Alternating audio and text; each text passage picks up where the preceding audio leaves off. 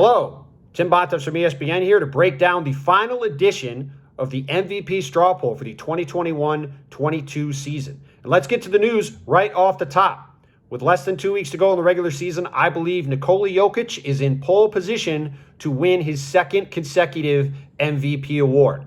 Now, to run through the results quick, Jokic had 62 of the 100 first-place votes in this poll, a poll that consists of at least 2 voters from all 28 NBA markets, includes some international voters, includes some national voters, tries to be as accurate a representation of the voting pool as you're going to find of people doing this kind of thing. And Jokic, with 62 of the 100 first-place votes and 860 points, has a 141-point lead over Joel Embiid, who had 29 first-place votes and 719 total points. With Giannis Antetokounmpo, the other player, all three of these guys being on all 100 ballots. Giannis had 9 first-place votes and 593 points to come in a relatively close but still distant third. After that, to run through the rest of these guys, none of whom made it on even half the ballots, showing how convoluted the back half of this race was and also just how far in front the 3 MVP leaders are. Ja Morant was 4th, Jason Tatum 5th, Luka Doncic 6th, Devin Booker 7th, Steph Curry 8th, Kevin Durant 9th, Chris Paul 10th, LeBron James 11th, DeMar DeRozan 12th, and Trae Young got 1 fifth-place vote. He came in 13th. So let's go back to the top. Essentially, the difference between this version of the poll and the one I did just before the All-Star game, which saw Jokic holding saw Embiid, I should say, holding a 35-point lead over Jokic, with Jokic not being on 5 ballots. If he'd been second place on those 5 ballots like he was in the poll, they would have been literally tied in that poll. The difference between that one and this one is essentially 16 or 17 first-place votes going from Joel Embiid to Nikola Jokic in the voting. And that is, to me, because of a couple of factors. First, Jokic had an incredible month of March, as we talked about when we did the last poll. Denver had a soft schedule in March. Jokic had an opportunity to rack up a bunch of wins, a bunch of big performances. That's what he's done. On top of that, they also had a win over the Sixers a couple weeks ago in the game between the two guys, even though they both played well in the game. And on top of that, I think despite the fact that Joel Embiid has played great over the past several weeks and has done nothing to hurt his candidacy, I think sort of the mood around the Sixers is that they've kind of been underwhelming, right? You have James Harden coming in. His play has been up and down.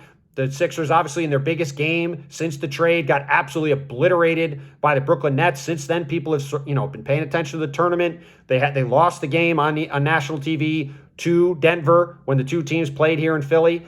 Joel is going to get a chance to play against Giannis Antetokounmpo and the Bucks on Tuesday night here in Philadelphia. I'm going to be in town for the game. It's part of the reason why the poll is running on Tuesday with Embiid and Giannis at the top of the poll. They're going up against each other. That's the kind of game that if Embiid comes out and scores 45 or 50 points and Philly wins the game, maybe that shifts the narrative a little bit in his direction and he could get a little bit closer to Jokic in the race. There's a couple other things to focus on here too. One is that Jokic right now and the Denver Nuggets are in a fight to stay out of the play-in tournament in the Western Conference. If they finish, say, 5th in the West, I think that Jokic is going to be in pretty good shape to win the MVP award this year. If he finishes, say, 7th and they're in the play-in tournament, and then let's say Philly has the best record in the East at the end of the regular season, which is very much in play, given Philly, Boston, Milwaukee, and Miami are all in pretty much a virtual tie for first place at this point, then I think some votes could shift back in Embiid's direction, and he could come away as the winner of this award. This race reminds me a lot of the race in 2017, the first year I did the straw poll. This is now the 10th one I've done over the past several years. And that year, James Harden held a narrow lead over Russell Westbrook in the poll that I did in late March. And then Russell Westbrook was the first player to average a triple-double for a season in a half century. In that season, we saw him make a bunch of clutch baskets down the stretch, including beating Denver, ironically, in Denver, and the whole crowd there celebrating for Westbrook hitting the shot. And he also had the narrative of playing in Oklahoma City after Kevin Durant left and leading that Thunder team to the playoffs. All of those things together really helped propel Westbrook past Harden down the stretch and allowed him to win the MVP award that year. Now, you fast forward to this year, we'll see if those narrative pushes can help Embiid out the way that they helped Westbrook out that year. Maybe he can have a big push down the stretch. There are a lot of winnable games left for Philly. They can go on a big run. They could get the 1 seed in the East.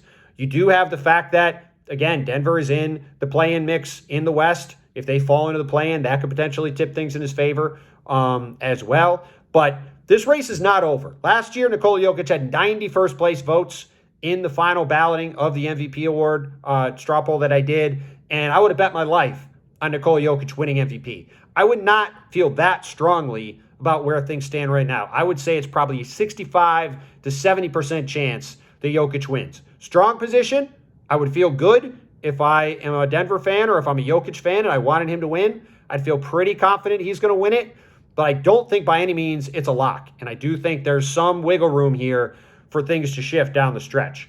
A couple other things I thought were notable from the poll. Ja Morant finishing in 4th. That was before. This voting was done from Thursday to Sunday. That voting was done without the knowledge at the beginning anyway that Ja Morant was going to be out for the next couple weeks, basically for the rest of the regular season with this knee soreness he's dealing with. My prediction is Ja does not finish in the top 5 at the end of the season. I think the way that Memphis has played without him after today's win over the Warriors, they're now 18-2 in 20 games without Ja this year. I think the combination of that and the talent and the pedigrees of the guys behind him in the voting, Luka Doncic, Devin Booker, Jason Tatum, I would guess that Ja is going to drop pretty heavily over the next couple weeks. My prediction is he won't get a lot of votes in the actual MVP race or in the final MVP ballot at the end of the regular season, but I expect him to be very much in the mix to win this award next year.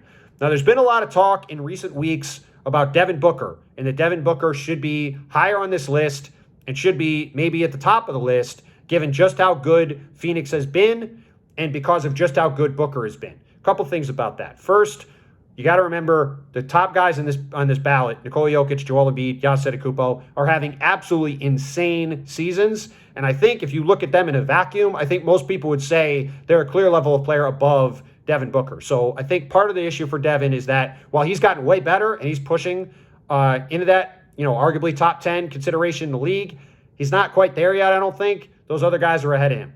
Then you have the fact that for a lot of this season, he and Chris Paul have sort of split the vote. Even in this poll, after Chris Paul missed most of the last couple months, he's still got a handful of votes. And I still think if you ask a lot of people who the most important player on the Suns is, you get a lot of Devin Booker votes. You'd also get a lot of Chris Paul votes. So I think that's part of the issue here for Devin Booker. If he was able to consolidate all of the Phoenix support behind him, say from the start of the season, which I think he might arguably next year, like if Phoenix comes out next year and again dominates the league like this, wins 60, 65 games, let's say maybe the Suns are the defending NBA champions, then I think next year you could see Devin Booker right at the top of this kind of list. I think right now, because of these factors, the way Phoenix has surprised people coming back this year again, with it seeming as more of an ensemble cast, they're not regarded as having a true superstar player on their team. They've got Chris Paul, Mikal Bridges, Devin Booker, DeAndre Ayton.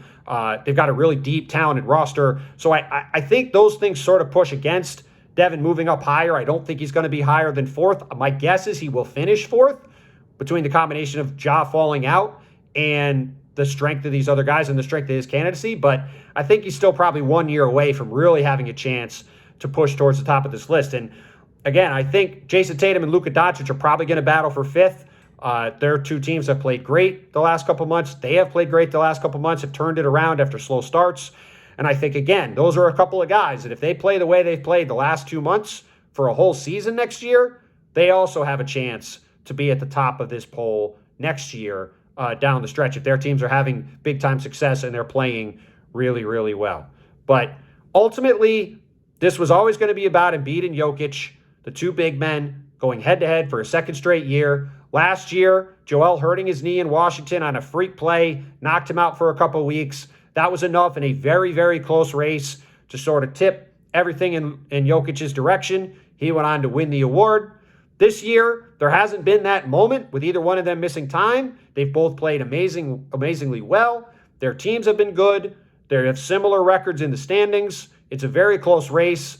Ultimately, Jokic's play in March, where he's had a huge month, and the Sixers being a little bit underwhelming, I think, despite the way Embiid has played, I think that was enough to tip this thing ever so slightly in Jokic's direction. But again, with less than 2 weeks to go, the thing I want to stress is that unlike the past few years of this poll, where the final poll predicted the winner, and I would guess it will predict the winner again for a 5th time in a row, I am not as confident as I was, especially last year, that it's going to go Nikola Jokic's way. So I think there's some wiggle room here for Joel Embiid to get back in the mix, but it's going to be incumbent upon him to get that done, because as we saw tonight, Denver played in Charlotte. Jokic had a triple-double. Denver came back and beat Charlotte late to win again. Jokic making plays like that, having games like that, winning games like that, probably going to be enough to keep him atop the MVP voting for a second straight year and win him a second straight MVP award. But that'll do it for me talking about the straw poll. Hope you guys enjoy it. Go read it on ESPN.com along with the rest of our terrific NBA coverage, and we'll be back to talk about the rest of the league again sometime soon.